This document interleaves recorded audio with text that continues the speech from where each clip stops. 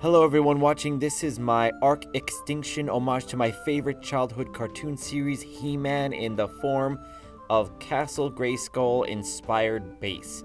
We just got off Aberration and man, I'm glad to be off that map. It was so glitchy and just not fun at all, but we powered through it and finally made it to Extinction.